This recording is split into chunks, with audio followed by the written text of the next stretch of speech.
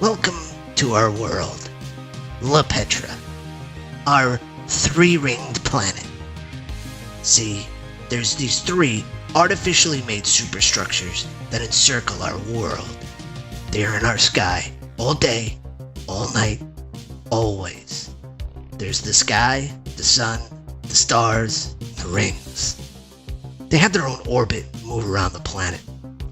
They also create artificial sunlight, seamlessly prevent daily eclipses from happening.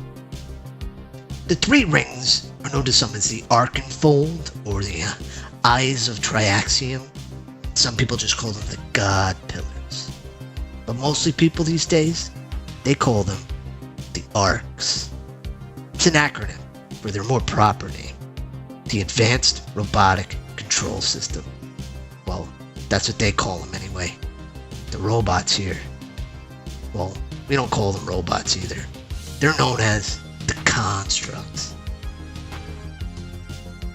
See, the constructs are a collective of very advanced robotic entities that have been our oppressors here since the beginning of any of our known civilizations.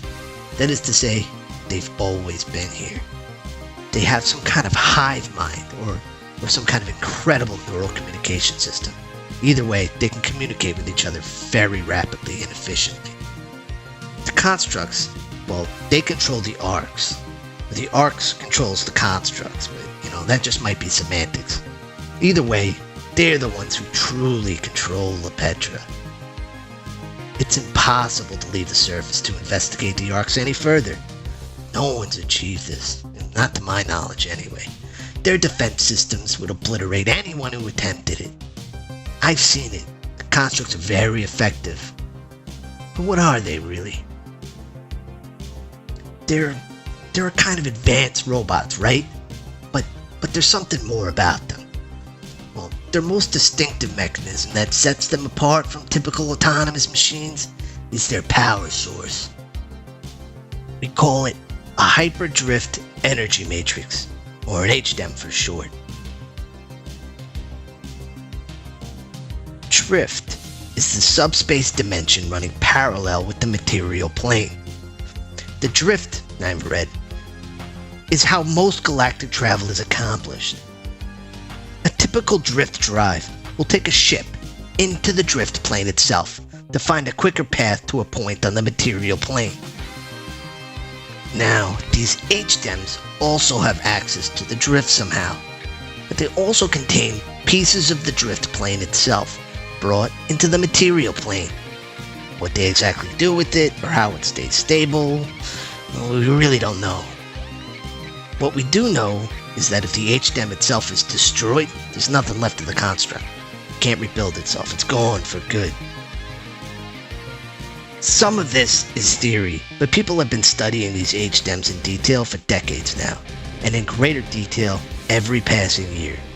It's a popular position based on Rachel Feynman's papers on drift theory. There's other studies out there, but that's whom I'm most familiar with. But I'm getting a little carried away, right? These constructs are formidable, and if you come across any, you'll see why.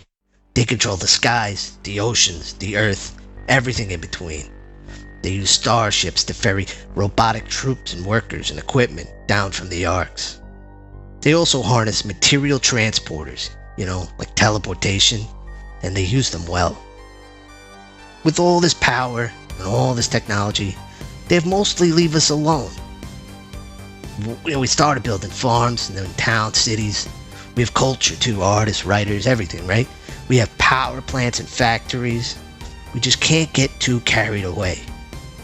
They never let us get too out of their control. Once our technology has reached too far, it's destroyed, along with any of those involved. We've been in kind of a technological limbo for centuries. Our greatest minds working on theories in secret. We're always under house arrest, but we've advanced pretty far too, and a lot of times we use the constructs for help. See, they leave behind like equipment, ships, and computer parts. They really do leave us alone, and we've managed to take advantage of it, but stay cautious. They never seem to doubt their extraordinary superiority over us. They don't see us as a threat, And if we break any of their rules, whether we know that rule or not, they're programmed to retaliate. We've learned a few of those, obviously, right? If we gather and we discuss rebellion or something, they come and they silence us. If we physically provoke a construct, well, they'll just straight up murder us. If we were to launch any of our own starships, well, they would obliterate us and anything with it. They are dreadful and dangerous. But they're not all battle-class robots. Some of them are pilots or even bulldozers. See, they maintain some buildings and guard posts, waste facilities, and power stations, and some infrastructure, though they mostly get around with the material transportation. That is to say, right, the teleportation. They're strange, to say the least, and they're worshipped by some, right, and obeyed by most of us. They have to be. That is until recently in our history. See, about 4 decades ago, something on the planet launched itself at the arcs and created what we call the fracture. It's hard to see with the naked eye, but it's on the furthest ring. A section of the arcs has been completely destroyed, and it changed everything. Not at first though, over time. Since that day, 41 years ago, there's only been a few transports from the arcs, not even close to the numbers we saw prior. That isn't to say we won or anything, but something has gone wrong with them. They just don't operate like they used to. At least now they don't, decades after that day. They don't all repair themselves like they used to, and they all don't seem to respond to their previous hive mind either. They still communicate somehow, but it seems more conventional now. Requires time and effort on their part. It's like they've been collectively lobotomized or something. And now they operate independent from each other, but still following their same system parameters. Some divisions of them seem pretty intact though, following some kind of chain of command. Some are on some sort of autopilot, so if they were on guard duty before, they still guard. If they were pilots, they still fly around. If they were reclamators, they still reclaim assets. Some though, just lay dormant, decaying to the effects of exposure.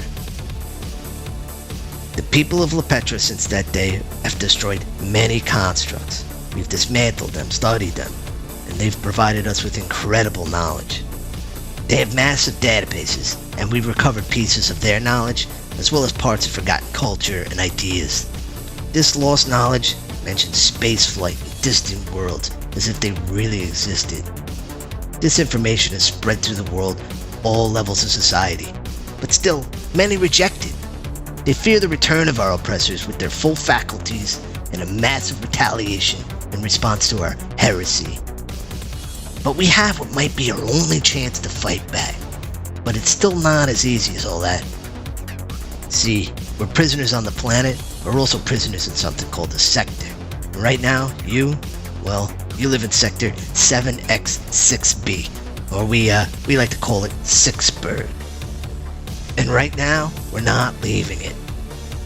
See, as large as these sectors are, holding entire societies within them, we are still in a prison, and we call the bars of our cage biolock fields. They prevent certain biological matter that gets detected on the cellular level somehow from passing through. It kills you, then vaporizes whatever's left. It's what keeps us from exploring the arcs too, and the rest of the planet. It blocks communication as well, except by more conventional means. Meaning like, we could take an autonomous machine and drive it through the field with a message, and it can be received by an adjacent sector. So, in this way, we plan to communicate with our neighbors, at least the ones that seem to have something to say. I know, this is all a bit much, right? But you all genuinely seem to be from somewhere else. And it's amazing to think that me, out of all the mixed up people on this world, I'm the one to find you. Well, listen. I've devised a way off this world, as I'm sure a few others have too, but it requires that the biolock field be shut down, and I'm not sure how to do that, or if it can even be done. But if someone ever does find a way, I might be able to build a starship. I found in one of the databases an intact blueprint for a supply class freighter, but not only that, I have most of its hull already built from salvage parts from the heap. Oh, that's right, the heap. Well, alright. You guys were found dreaming your years away, right? in what has to be the most massive machine reclamation site on the planet. It's a giant dump, right? It stretches for over 100 miles. It's known mainly as the Heap. It's still heavily guarded by some of the most deadly constructs that I can think of. But pickers like myself find that with a little stealth and a little courage, you can get in and get out with some valuable stuff. And I've been doing it for quite successfully for many years now. Many others come in large raiding parties from the cities, only to be quickly exterminated. You have to be quick, smart, and operate in a small group if you want to get anything valuable from the Heap and keep your life at the same time. There are many pickers now, especially lately, but not all are as amiable as myself, so be warned. You know, I think I've hit you with a lot. Feel free to look at these maps I have, right? And if you have any questions, go ahead, you can ask me. But I think you should get some rest. I'm sure your cryo sleep has fatigued you a lot. But if you guys are up to it, I could take you to the cliffs not far from here, and I could show you the Heap itself. You'll probably get a glimpse of a construct or two, from a safe distance. I have an optic viewer. It'll be easy. Then maybe you guys can think of what it is you want to do here. If you choose, you can help me. Alright, I can try and build this starship. I just need help collecting a few parts. I need a nanomatrix processor, a small supply of quantum logic chips, a strand of biocognitive hyperthreading, and a biosynaptic processing relay, or at least the plans to make one. If I get all that, I can give you a ship in a few working weeks. If any of you are better pilots than myself, that'd be helpful too. As long as you agree to take me off this wretched rock. But enough of all this. You need more food, water, rest. We can talk after. If I said too much, just ask me again. I'll do my best. I'll let you know what I can. Well, like I said, welcome to Lepetra.